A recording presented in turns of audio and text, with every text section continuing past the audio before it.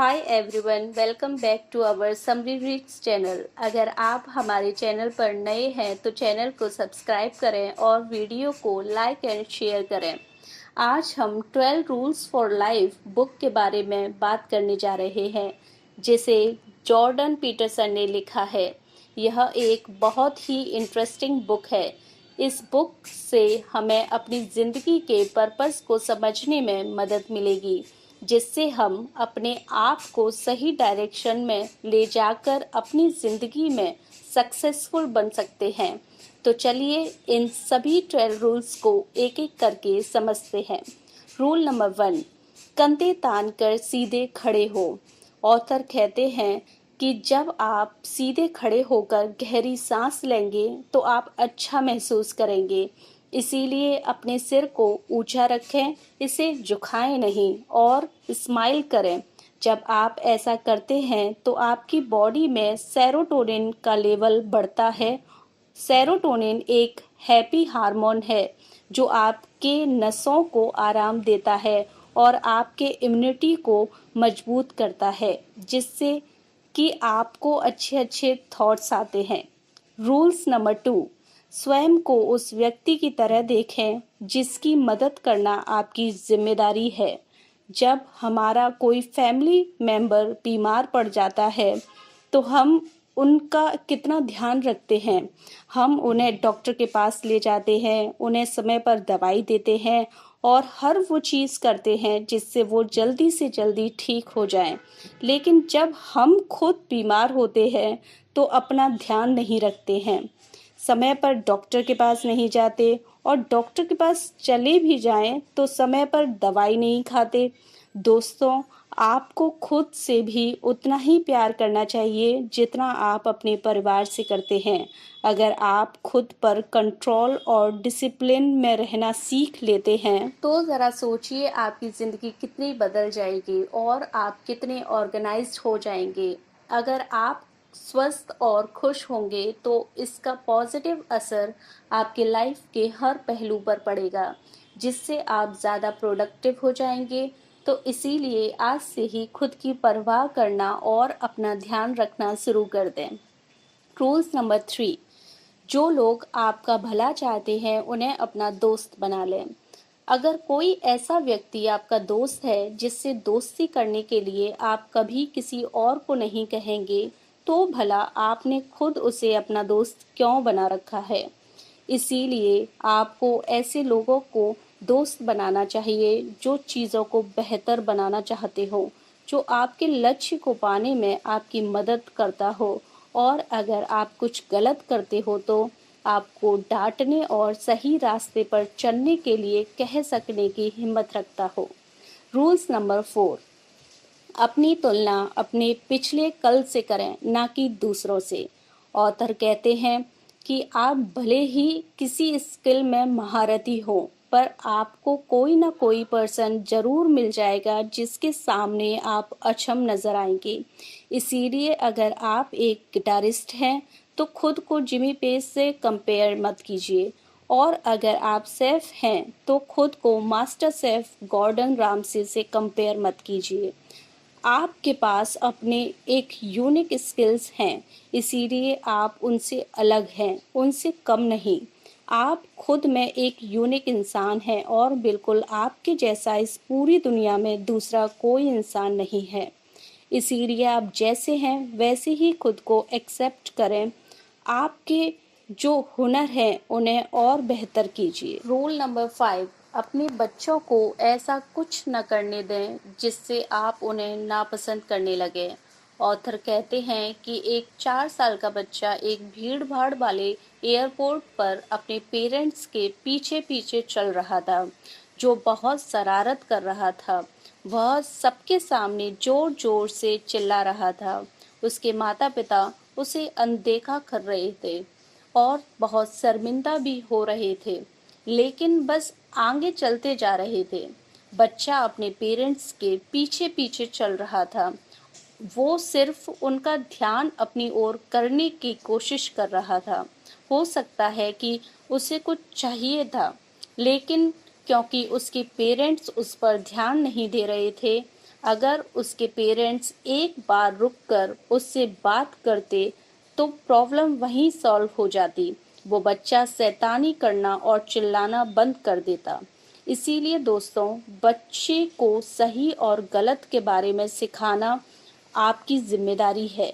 शांत और जिम्मेदार पेरेंट्स एक डिसिप्लिन्ड बच्चे को बड़ा करते हैं, क्योंकि वो अपने बच्चे को नई चीज़ें सीखने और जानने के लिए खुला छोड़ देते हैं और साथ ही उसके लिए लिमिट भी सेट करते हैं। अगर बच्चा कुछ गलत करता है तो तुरंत रोकते हैं। ऐसा करने से बच्चा सही व गलत में फ़र्क करना सीख जाता है। इसीलिए दोस्तों, अपने बच्चे के साथ समय बिताएं, उसे इस बात का एहसास कराएं कि आप उसे प्यार करते हैं।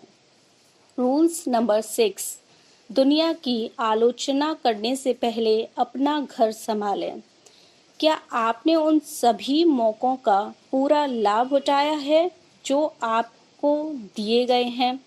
क्या आप अपनी नौकरी या करियर में कड़ी मेहनत कर रहे हैं? क्या आप अपने जीवन साथी और बच्चे से सम्मानजनक व्यवहार करते हैं? क्या आप ऐसी आदतों के गुलाम हैं जो आपके स्वास्थ्य और हितों के लिए सही नहीं हैं? क्या आप अपने जीवन में सुधार ला पाए? अगर इसका जवाब ना है तो अब जरा ये कोशिश करके देखिए, वह कार्य करना बंद कर दीजिए जिसके बारे में आप जानते हैं कि वह गलत है। इसकी शुरुआत आज से ही कीजिए। अपने जीवन में बस वही करें जिसके बारे में बात करते समय आपको गर्व महसूस हो। दुनिया की आलोचना करने से पहले अपना घर संभालें। रूल्स नंबर 7, वह हासिल करने की कोशिश करें जो अर्थपूर्ण हो, ना कि सुविधाजनक हो। मोमेंट में मज़े करने के बजाय अपनी फ्यूचर और पूरी लाइफ के बारे में सोचें और यह देखो कि आपका पैशन क्या है। आप किस चीज़ के लिए जीते हैं, आपका सच क्या है, और उसे फॉलो करना स्टार्ट करें। अपने आप से पूछें कि आप इस दुनिया को कैसे बेहतर बना सकते हैं और आपको आज ऐसा करना है जो आपको फ्यूचर में काम आए। जब आप किसी मकसद को पूरा करने में अपनी लाइफ लगाएंगे तब आप देखेंगे कि आप ज़्यादा ऑर्गेनाइज्ड हो गए हैं। रूल्स नंबर 8, हमेशा सच बोलें या कम से कम झूठ ना बोलें। अगर आपका जीवन वैसा नहीं है जैसा ये हो सकता है तो सच बोलने का प्रयास कीजिए। अगर आप खुद को कमज़ोर, हताश, ठुकराया हुआ और उलझन में महसूस करते हैं तो सच बोलने का प्रयास कीजिए। झूठ से सिर्फ एक और प्रॉब्लम खड़ी हो जाती है। भले ही वो किसी की फीलिंग्स को हर्ट ना करने के लिए बोला गया हो, लेकिन वो फिर भी झूठ ही होता है। रूल नंबर 9, यह मानकर चलें कि आप जिस व्यक्ति से बातचीत कर रहे हैं शायद वह कुछ ऐसा जानता हो जो आपको ना पता हो। बहुत से ऐसे लोग हैं जिन्हें किसी ऐसे इंसान की ज़रूरत होती है जो उन्हें सुने और समझे, क्योंकि वो खुद को बहुत अकेला महसूस करते हैं। ऐसे लोग सिर्फ अपने मन की बात कहना चाहते हैं, लेकिन उन्हें सुनने वाला कोई नहीं होता है। और अगर ऐसा बहुत लंबे समय तक चलता रहा तो ये मानसिक रोग का रूप ले लेता है।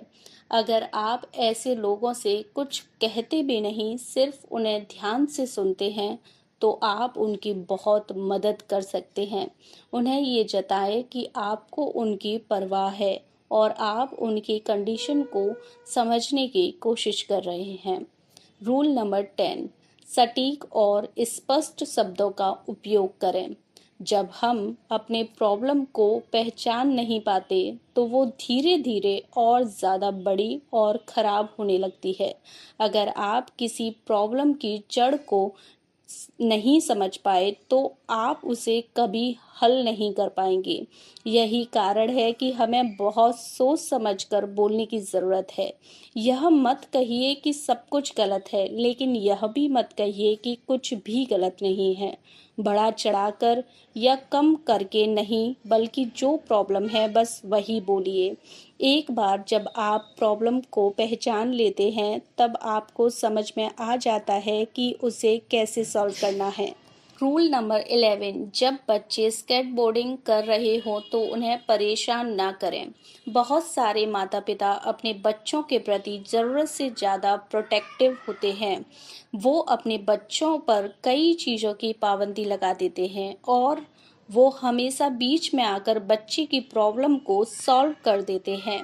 इसका रिजल्ट ये निकलता है कि बच्चा डरपोक और अंदर से कमज़ोर हो जाता है।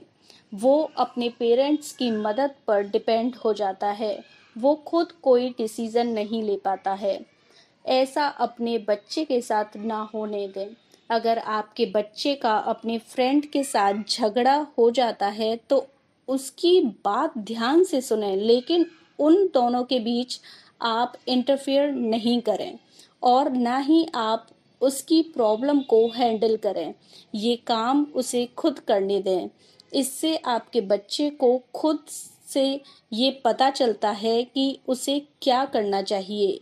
इससे उसमें कॉन्फिडेंस डेवलप होने लगेगा और किसी पर डिपेंड होने के बजाय प्रॉब्लम को हैंडल करना सीख जाएगा। रूल नंबर 12, अगर रास्ते में कोई बिल्ली नज़र आए तो उसे पाल लें। हम सब बहुत व्यस्त हैं और बस दौड़ते ही जा रहे हैं। कोई रुकना नहीं चाहता है, लेकिन थोड़ा रुकना बहुत ज़रूरी है। ज़िंदगी की छोटी छोटी खुशियों का आनंद उठाएं। हो सकता है घर लौटते वक्त आपको सड़क पर एक बिल्ली दिख जाए जो खाने की तलाश कर रही हो और इसे देखकर आपके चेहरे पर स्माइल आ जाए। इसीलिए रिलैक्स रहना सीखें, थोड़ा रुकना सीखें। आप कुछ देर रुककर बिल्ली को प्यार से सहला सकते हैं।